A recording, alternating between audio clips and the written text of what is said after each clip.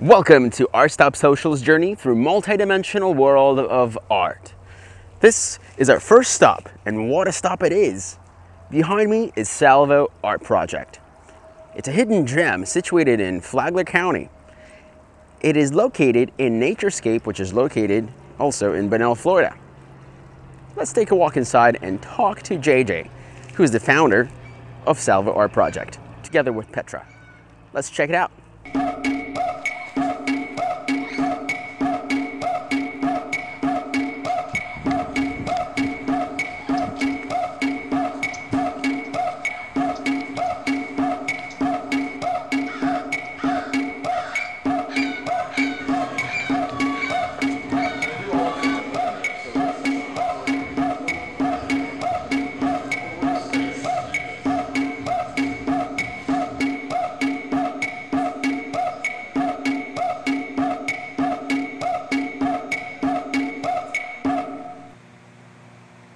How about this? How about this? So we're going to get real prophetic. You know, as we deplete, the gold supply, we're going to need things of value to back up the dollar. Why not back them up with priceless works of art? There you go. That's a gold one. Yeah. So maybe you're on the right track here. Yeah. China's really buying art like crazy right now, from what I understand. Maybe they're onto something.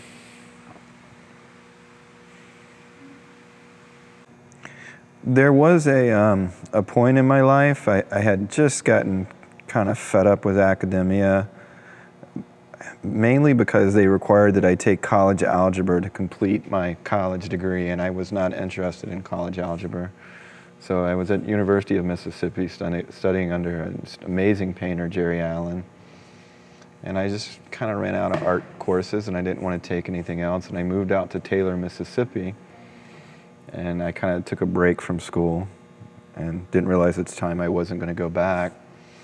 But the mayor of Taylor, Mississippi was a lady named Jane Roll Burdine, and she's a retired photographer from National Geographic. And she inherited a lot of the rental property, I think, from her father. And she preferred to rent out to artists. And so there was just a great artist community there. And they started the Taylor Arts League, and I was able to paint there and support myself between there and some of the paintings that I would take into the Southside Gallery in Oxford, Mississippi. And I always carried that place with me after I left, and it was one of the fond memories I had of just the camaraderie of creative people. And I think it was probably the inspiration,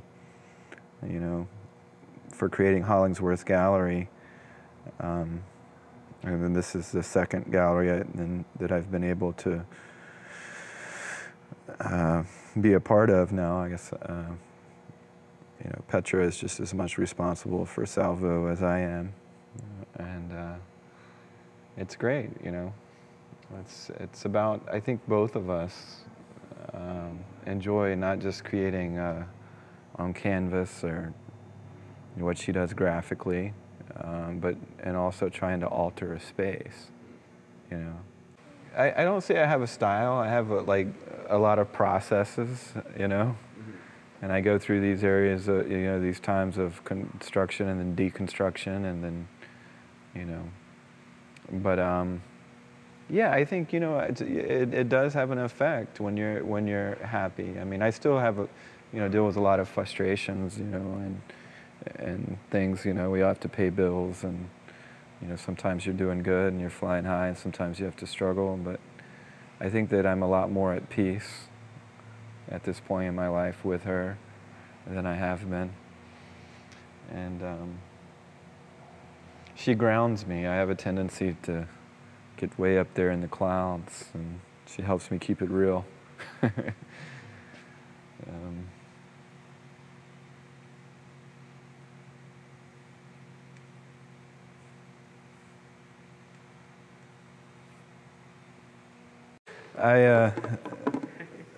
I just find it interesting. I'm a small town person, I'm not something that I'm not. I've lived in some bigger cities, but I like, trying to find places that don't have a lot of culture and try to create culture there, rather than just, go play second fiddle to some culture that's already been set in stone. Or you have to be visionary, and you have to be willing to take risks, I mean, the payoff is the present.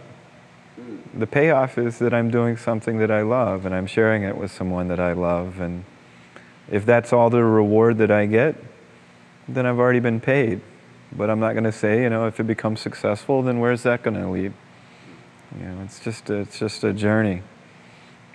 And I have to be open. I think one time, when I try to take the reins, when I try to get too much in control, I end up in a bad place.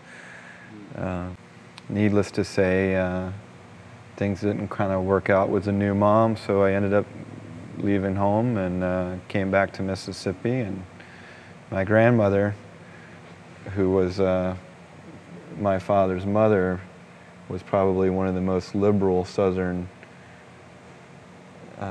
grandmothers you could possibly imagine. She retired from NASA. She was a classifier. And she took me in and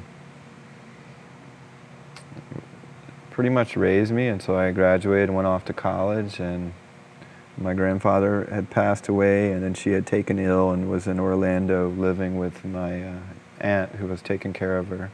She had multiple myeloma.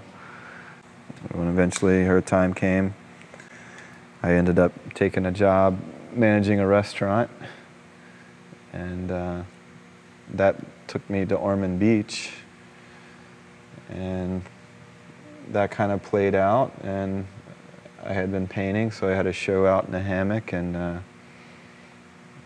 I did well. And for the past 8 years now, I haven't had a boss. And I'm spoiled now. Don't want one. It seems like, as long as I, keep the bills paid and those things taken care of, but kind of keep an open, more organic outlook on where it's going, I think it ends up being better.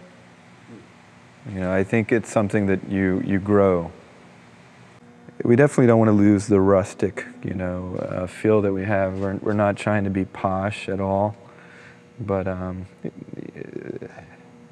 artistically, right now we're in a position where we're trying to overcome some hurdles. We have no heating or air, so we're kind of working here in the elements. But once that changes, we're going to add another floor on top of some of the studios here. They'll have some loft areas. We're going to start doing more installation art. We have some things hanging from the ceiling. And you guys do have a space for it. Yes, absolutely. And I think really, anything goes as long as it's, has a certain aesthetic to it. We're definitely trying to create something, an art that is indigenous to this area, that has a voice. I'm not really into what I call karaoke art, or karaoke painting. What does that mean? Well, it's the same thing as karaoke music. It's like, we want to find artists here that have their own voice and that are striving to follow that voice and not necessarily just regurgitate, the halls of academia or paint some little wine cup that goes, oh, everybody loves, wine cups, or the French Riviera, which I've never been, but I saw a picture in the magazine and somebody will buy this, We're not really interested in that. Right. The key, at least looking at my life, is that whatever you put in the center of your life, the center will expand over time. And if you're dogged enough, you'll get there. You don't give up. But I think sometimes, and this may be kind of metaphysical, but I think sometimes the universe wants to try you, and because it's saying, not everybody gets to do what they love for a living, so we want to see if you really want to do this, and if you're stubborn enough, it'll be like, okay, but it's going to test you. It's going to see if you are what you say you are. You know, it's a journey, and I have a feeling, you know, if there is something after this, that this defines what that is, what we do in this life. And I think there's a 50-50 chance that there is. So it's important to stick to your guns. Sure. I don't want to end up in the, you know, I want to live a creative life. And if this life does have anything to do with whether or not there's a next and where that's going to go, I definitely want to be in the field of creativity. I'm not very good at demolitions. She did a great job. We had painted the Hollingsworth Gallery floor like this, and I finally figured out how to make it stick and how to seal it. And so I just kind of told her what's up on that, and she did a better job than I did on the last floor.